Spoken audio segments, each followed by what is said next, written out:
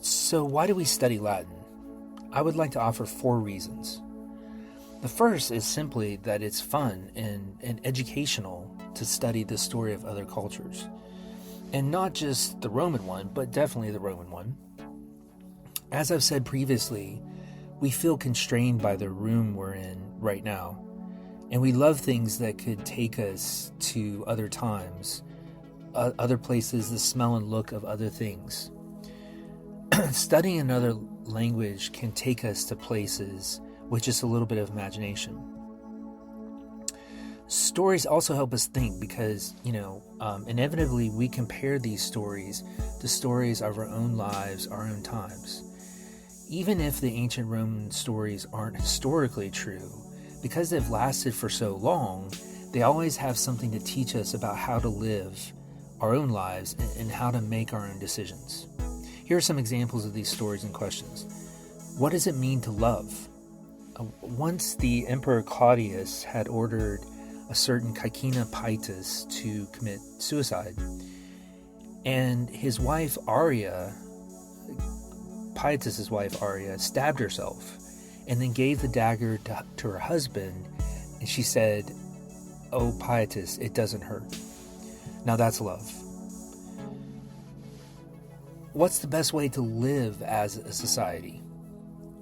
After Hannibal destroyed the Italian countryside, what had once been a lot of small farms became basically corporation farms controlled by powerful Romans.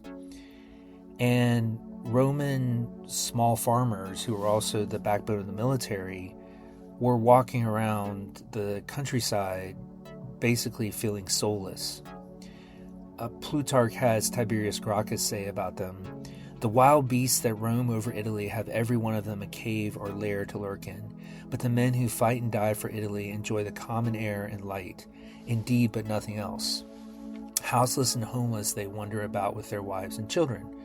So what happened is the Gracchi, some powerful Roman nobles, 2 brothers, tried to break up these what are called latifundia, basically corporation farms, and they succeeded, basically. But the Gracchi had to use devious, very power-centralizing methods to pass their legislation. And this power centralization led not only to their own death, because people reacted against it, but also set the stage for Rome to become more centralized and therefore more tyrannical.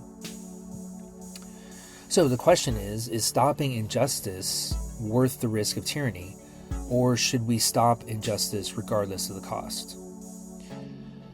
Another question, what makes citizens loyal to society? Romans, famously gave varying levels of citizenship very liberally, and part of this was to get more manpower for their armies. So Pyrrhus famously attacked southern Italy, and he won a battle, and his generals came to him and said, "Congratulations, sire, on such a wonderful victory." And he responded, "Another victory like that, and I'm done for."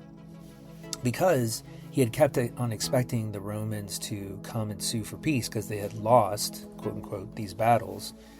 But all that came, was basically, as Garrett Fagan says, more Roman armies. So Romans used citizenship to their advantage. They had vast amounts of manpower to outweight the enemy, but that also could lead to problems. How can a great civilization hold itself together as it grows? Over time, Rome faced pressures that came from governing and defending a very vast and diverse empire. So those are examples of questions we might ask and stories we might think about that can educate us and think about our own lives. We basically use Roman stories as a lab to play out our own fears, choices, frustrations, passions. You can even have the same story make 2 opposite points, and that's part of the fun of thinking about them. Secondly, historically, many great intellectual and political figures were either influenced by the Romans or did what they did to improve upon the Romans. So you have intellectual figures like Machiavelli, you have Jefferson, you have Adams, even Karl Marx, for instance, all of them wrote about the Grakken problem that I gave you up above, and many other Roman stories they were constantly thinking about. And of course, these are men that had a huge influence, for good or bad, on the modern world. So even though current political leaders may never have read Roman literature, not to mention in Latin, they operate in a system which is influenced by the Romans and those that the Romans influence. So modern political leaders think of freedom, danger, control, everything basically, because of ideas or influences or anti-ideas or anti-influences that go back to the Romans. So third, and this is probably the most practical benefit, studying Latin greatly improves logical thinking. So languages like English are seldom inflected. And that basically means that in English, the word order shows you which words go with what. So if one word is next to another, they generally go with each other. Words not next to each other, they don't go with each other. This makes English very flexible, but there's little logic required for it. In Latin, however, it's a highly inflected language. And that means the ending of the words show you which words go with which words. It's not always the same endings, literal endings, that link together the same words. Maybe about a third of the time it's not. So all of this requires a lot of logical thinking. Very similar to the way playing an instrument requires quick, sudden thinking. And that hard work makes us smarter. And hard work is the only thing that makes us eventually smart. So fourth, most people want a better vocabulary. Nobody says, no, I don't want a better vocabulary. I don't want to be able to think better, use better words. No.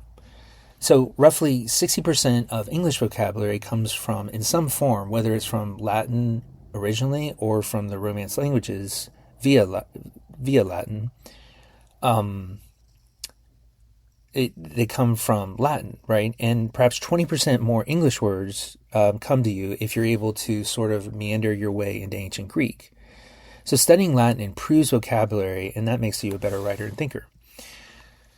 So you're better able to influence people when you have a better vocabulary. Malcolm X wrote about this in his book chapter, Learning to Read, from his autobiography. He couldn't really influence people, and he realized it was because his vocabulary wasn't good. However, once he started studying the dictionary, he found that he was much better at persuading people to get what he wanted. And he could eventually say, I commanded attention when I said something, where before he had not been able to command any attention at all. So good vocabulary allows one to express one's ideas and be able to more easily critique one's own ideas in writing. And that leads to good thinking, and that's of utmost importance.